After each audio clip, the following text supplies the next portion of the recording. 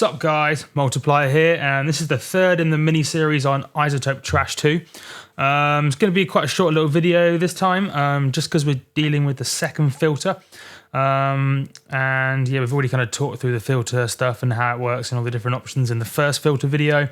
So this one's going to be pretty much just me kind of playing with the sound that we're creating and just kind of finding the right way to process the second set of filters.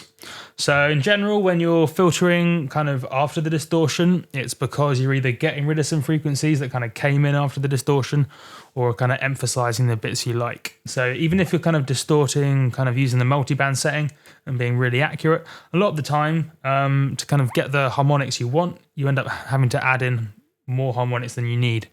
Especially if, like bass sounds and stuff. So a lot of the times if you want to kind of add warmth without adding a lot of high frequencies, you have to kind of distort the bass, but then kind of filter out the high frequencies. That's kind of a standard example. But yeah, this time I'm just going to kind of have a bit of a play about, see what I like the sound of. And yeah, so this video is probably a bit pointless unless you're kind of following the series through. But anyway, let's get straight into it nice and quickly.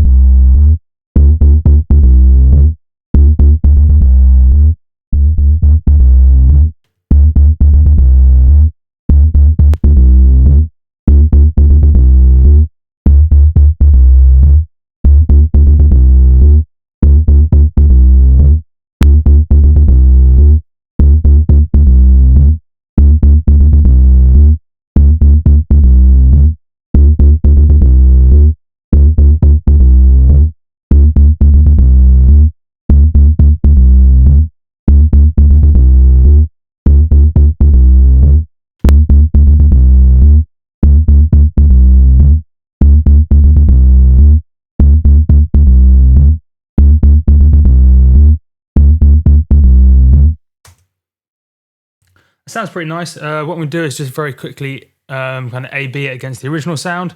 You may have noticed what I was doing was kind of turning the filter off and on to kind of A/B it, just kind of to see what it's like with the filter off and on to kind of find the effect. Because what you can find a lot of the time, unless you compare kind of your process sound to the original, you can forget what the original sounds like, and your ears can kind of get used to hearing certain frequencies and then you stop hearing them properly. So it's always good to kind of reference kind of your sound at different stages of the processing, just so that you are aware of what's actually going on to the sound. So one more quick A/B and then I think we are good.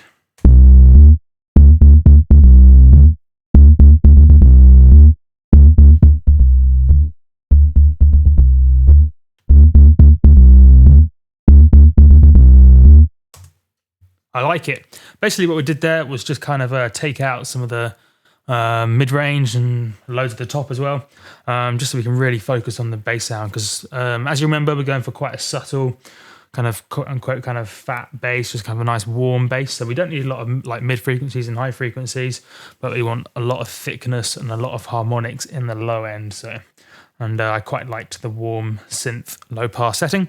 Hopefully you heard the difference between the different low passes. I know I did. If you didn't hear the difference, then listen more critically or get better headphones, because there is a difference in terms of the subtlety and how each of those low passes sounded. So cool. Right, that's the end of that video, nice and quick. Next we go on to the convolve section, which is arguably my favorite bit of the plugins. So yeah, cool shit. Yeah, end of video 3, 4 minutes, that's quick.